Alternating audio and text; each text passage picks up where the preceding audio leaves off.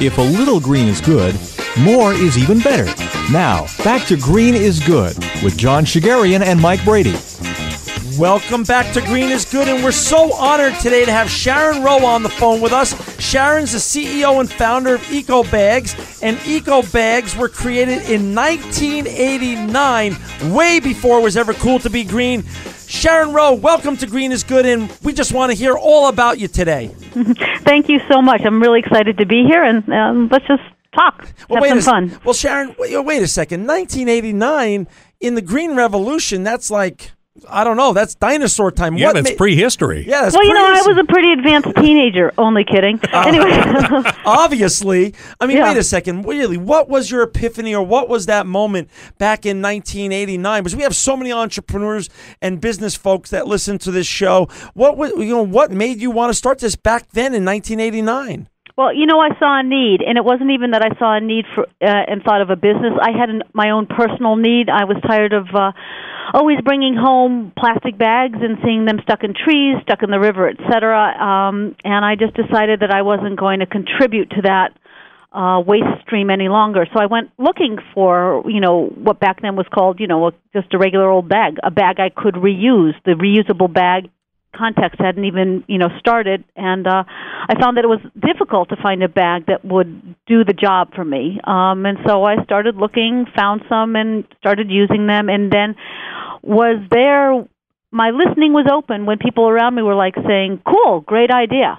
That's it. And I mean, it was really my own need. And I love your mission statement and goal to produce quality bags at great prices so that reusable becomes a way of life. Absolutely. We've always said from the beginning, we're about cleaning up the planet one bag at a time, understanding that every single choice you make can have a very big impact. Which is great. And so tell us, though, why Ecobags? What makes your bags better than everybody else? What's the brand differentiation that we should focus on here? Quality, durability, a long history of being at the front of the conversation, really leading the conversation about sustainability and reusability, fair wage and trade. We never actually produced anywhere where we had to wonder whether children or, bad working conditions or whatever were involved. We always had that as a very high we always set a very high bar. And quality materials. Really, it's about the conversation. Because if you go back to 1989, this conversation hadn't started. And we like to say we went from conversation to concept, and then the concept has become a category. Gotcha. So wait a second. You started this now almost 21 years ago, obviously. How many Ecobag products are there?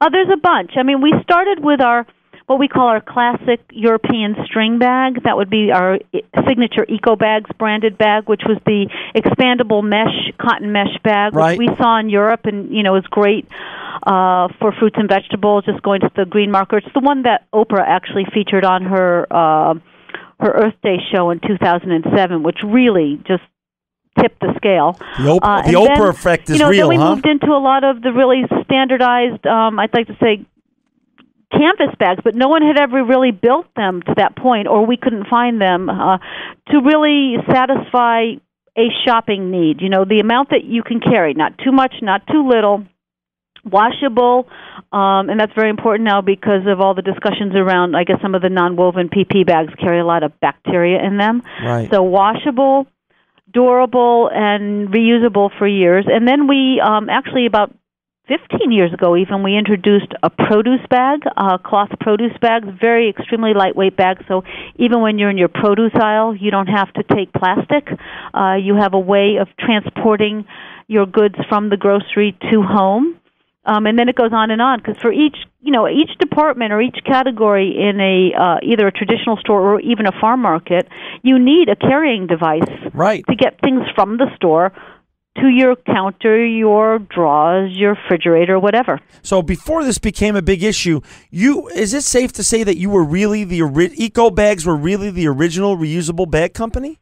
I'd go that far. Yeah, I'm certainly. There were other people involved in the conversation. We came out, we were at the front because we have this great brand name, Ecobags. Right. It's easily identifiable. Right. But like any really strong movement, there's a lot of people involved in this. We weren't the only ones at that groundswell. Hey, for our it's a grassroots movement that's moving the legislation forward too. Yeah, you're right about that. So tell us, who are some of your clients? Or do you have some of the big grocery chains or retailing chains? Or we're actually distributed pretty well across the United States at this point. I mean, you'll probably find us the most, and we go through distributors, so we actually don't even know all the stores that carry our goods. But anything from a Whole Foods to the fresh market stores have all of our classic string shopping bags. The Park Slope Food Co-op in Brooklyn, which is the largest co-op in the United States, the Davis Food Co-op, the Ocean Beach People's Co-op, Willimantic Food. So lots of co-ops, farm markets, Bed Bath & Beyond carries our goods. So, and then we actually work with also Fortune 500 companies for their promotional bags, things that they come to us. They want product that is consistent with their own messaging. They want to be sure that they're not putting their message on something that hasn't been produced sustainably or is not of a sustainable fabric. So, Sharon, do you find that a lot of the promotional bags that you'll do for Fortune 500 companies are for internal use as well, like for when they have team building or corporate conventions? Yeah, we have right? Quite a bit of that. Okay. Yeah, we have that. And we also have, gifts with purchase. Gotcha. It's really interesting because a lot of the things we do for Fortune 500 does touch the consumer, but it touches them through the brand that we're working with. Okay, got it. As opposed to, and sometimes our name's on it too, but mostly the branded merchandise that we produce and sell is on our website, whether it's direct to the consumer. It's interesting that people are coming to our website directly, and for years now have been coming to our website directly, even for basic canvas bags, because they want a set of really durable bags that they're not going to have to worry about replacing. And wholesalers come direct too, whether they're resellers, web resellers, or brick and mortar stores. Anything from a bakery to a coffee shop. The Census Bureau bought from us. I mean, we have government agencies buying from us. So, the list is actually endless. Museums, gift stores, natural products, boat stores. But wait a second. Okay, Sharon, let's step back. For our entrepreneurs out there, in 1989, there was no Google. There was no Ecobags.com, which, by the way, for our listeners out there that are in front of their computer or their iPad or something now, please go to Sharon's great site. I think Mike's in front of it right now, www.ecobags.com. That didn't exist back then. How did you get the word out? And when did you buy this URL and launch it and start educating and also doing commerce on your great website? Good question, because here's a shout out to Mac. We started on a Mac SE, pre-internet. There you go. And we had like FileMaker Pro Excel sheets. I don't even remember. My husband set it up, and one phone line and a fax line, the old kind of paper fax. Oh yeah. So as soon my husband's a classically trained musician and pianist, and so he's really good with technology. There just seems to be a crossover there. So as soon as the web was available, we were on it. Gotcha. And I think we started with a Yahoo store. We might even way back when had an AOL something or other. Right. We were on since the very beginning, and because of that, we have very good search rankings and whatnot. We went out and bought Ecobags with and without the S, with and without the dash, plural and singular, way back. Gotcha. Like as soon as you could. Right. And then we started, chewing up a lot of the auxiliary stuff. So just to sort of fend off copycats. And also so that we could really establish our brand. So we didn't want to be on the defensive. We wanted to just get the message out there. And so I have to say, when did the internet come into play? I don't even remember. I mean, who remembers before Google? I used to type on a Selectric typewriter, so that kind of gives away that I wasn't a teenager when I started this company. I remember my encyclopedias when I was a kid, but I had a Smith Corona. It really is amazing. You didn't drink that. No, yeah, exactly. Very, very, very well put. Yeah. And on Ecobags.com, you not only sell Ecobags, but you also sell other brands also. We do. What we do is we want to be, we're about the message, really. We've got product, and we really stand behind our product. We do quality product, and we have an iconic brand. But we see that there are other people in the market who have come into the market after us who have a really good reusable product, and we want our customers to have choices. Gotcha. Because ultimately, we want them to use a reusable bag. So we don't want them to bring home plastic when it's not necessary. So speaking of, choices, you also offer, Ecobags offers custom printing on your products. Why do you do this? And talk about the issue of custom printing and the ink relationship also. Right. Well, ink's a really interesting conversation, and what I'll say to that right now is we have environmentally friendly inks, which means they're phthalate-free and non-toxic. Right. That's been a huge discussion out there for a long time. People say, why don't you use soy inks? It's because, soy you don't print on bags, cloth. You can print on paper. Right. Why do we custom print? Basically because we've been a customer-responsive organization since we started. I mean, customer service is really important to us, and we don't mean customer service just in terms of helping you when something's gone bad. We mean being really proactive. I grew up in a family store, and I know what it's like to have somebody come up to you when you walk into a store and say, "Can I help you?" Right. Let me help you find what you're looking for. So our customers were asking us for custom printing. They wanted to put their image, whether they're a Fortune 500 brand, a small store, or designers. We work a lot with designers who want a blank canvas, literally, to put their work on. And we're finding an increasing audience among planners, event planners, especially weddings. So you really have, imagine that. Yeah, really. I mean, but that's great. So in fact, on the second half of this show, we're going to have the green bride. We're going to have a whole discussion on green weddings. So it makes sense what you're saying to us. Yeah. Everybody, I just went on another website earlier today. It's somebody we actually work with, and they said, T-shirts go in the wash, but bags get used every day. Yeah. It's portable marketing. It is. And so now for messaging, for imagery, and it's a brilliant surface. I mean, I forgot to say we were the first ones in the market, 20 years ago, to come up with a certified organic bag. Certified organic cotton, again, leading that trend toward organic organic agriculture, and we also offer recycled. And we were out there in the front with a recycled content bag. That's amazing. So now, when you travel the world, Sharon, what you realize is that, our DNA in America and the United States, so to speak, is behind other parts of the world, such as Europe, such as Japan. The Green Revolution now seems to have taken hold here. What was the education process like for you, though, when you were starting your company back when in 1989? And how has it evolved in terms of legislation? Because this is now a very hot topic. Where do you sit in it? Do you still go out and speak openly about this? And do you work with your local politicians and U.S. politicians on this very important issue? Yes, and yes. Green has always been my lifestyle, whether you call it green or just really loving a clean environment. Who doesn't want to go to the beach or a park and not see things stuck in trees? It's just a natural way to be. Right. Yes, I'm involved actually in my town. I actually really believe in getting really local. Okay. We have a green committee here in Ossining, New York. It's also the location, I believe, for Mad Men. Wow. That's where Don Draper, I believe, is said to have lived lives in Ossining, in the TV show. But anyway, we have a green committee, and we're working on our impact on all different levels. In fact, the meeting last week was all about how to reduce our solid waste. Gotcha. And we all spoke up at that meeting. That seems to be an ongoing. Yeah, that seems to be an ongoing issue across America. More diversion. It's driving legislation and driving concept and practice, but making it really easy for people to make these shifts. It can't be burdensome. We're all working really hard. I mean, the economy, as we know, is really challenging right now, and families don't need another thing on their plate that's going to, move them in a direction that they can't attend to what they really need to. It's a long way of saying they want to do it.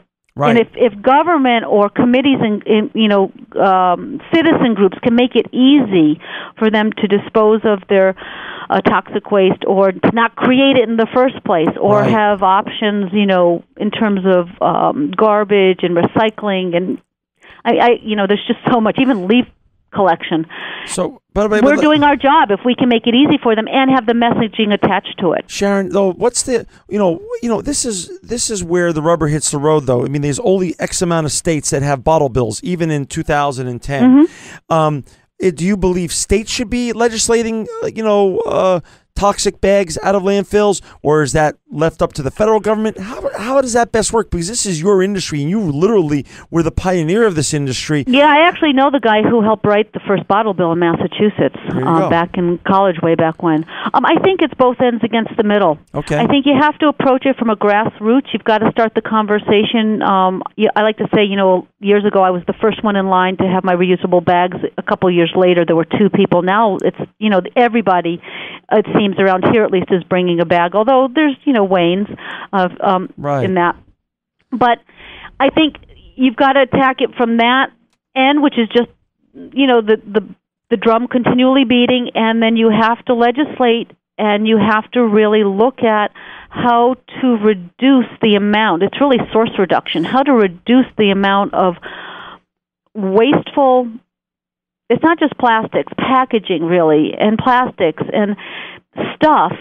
It doesn't need to be there, so that if you don't create it, you don't have to wonder where it's going to go. You know what, our entrepreneurs and even just our listeners usually love to hear some wow numbers. So without giving away any private figures on your company, your first year of business, how many bags did you sell approximately? And last year, how many bags did you sell? Like when you look at... Oh, it would be it would be the difference between hundreds and tens of thousands.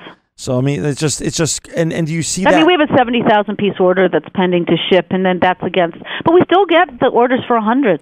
I mean, I really believe in servicing the smaller, especially, this is for business, servicing the smaller wholesale accounts, because there's community in stores, and there's community in people those are the people that go out and really talk and really beat the drum and get things going, and live the way they want to. Sharon, though, you've 21 years, way before green living became... Yeah, I told you I was an infant when I started. Yeah, I mean, it's obvious you were 8 or 9 years old. We won't want to give away everything, but I mean, but is this like is this your time? Has everything now come together in many, many ways in terms of an entrepreneur and your vision and the world, catching up to you and what you laid out to do in 1989? And 21 years of climbing the mountain, are the next 5 years just going to be exponentially booming in terms of your industry and the green revolution? Give us a little visibility on what you see. Sure. I think it's so funny, my industry. Whoever would think that reusable bags would become an industry? I mean, I think we started out naively. I think it's grown exponentially. I think the future is enormous. I think the potential is enormous. And it's not just about reusable bags. Yeah. Reusable bags are a piece of the picture. I think Ecobags brand is going to expand into some really interesting areas. So you're stay hopeful. tuned, visit our website, because there's a lot of ways that you can reduce the amount of waste that hits the landfill and or the amount of negative impact you have. So it's huge. So again, your great website is www.ecobags.com. So if one word would sum up your visibility on the future, it's hopeful. Oh, extremely hopeful, extremely hopeful. And I think you asked me before, do I go out and speak? And it's like, yes, I do. I mean, it's not like I'm trying to convert anybody. I'm trying to share the idea that the concept that if you have an idea and you actually believe in it, and you have, it's part of your value system, that you can roll it out, because commerce is our storytelling here in the United States. It's how we extend these ideas and really feed them into the culture. And to see this taking root so strongly is actually really exciting. Because it spills into everything. It touches, it wakens up. I'm tripping over my words. It wakes up a lot of stuff. Well, Sharon, we're down to the last 3 minutes, and I want to ask you a couple of very important questions. Sure. First, give us a little snippet on this whole recent discussions on bacteria and reusable bags. Tell us about that, and tell us what that looks like in terms of the solutions to that. Well, the solution is you need to have a fabric that's washable and breathable. Right.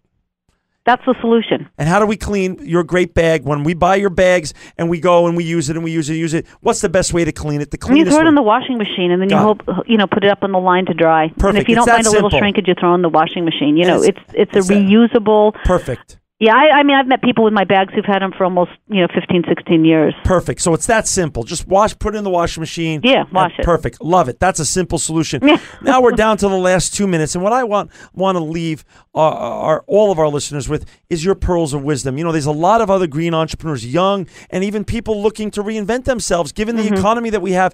What are some pearls of wisdoms as being you're a pioneer, you're an expert, obviously you're a mentor, and you're an amazing public speaker. Share in the last 2 minutes some of your thoughts on where you've been the last 21 years and what the journey's meant to you, and some pearls that you could share back with people that want to become the next Sharon Rowe.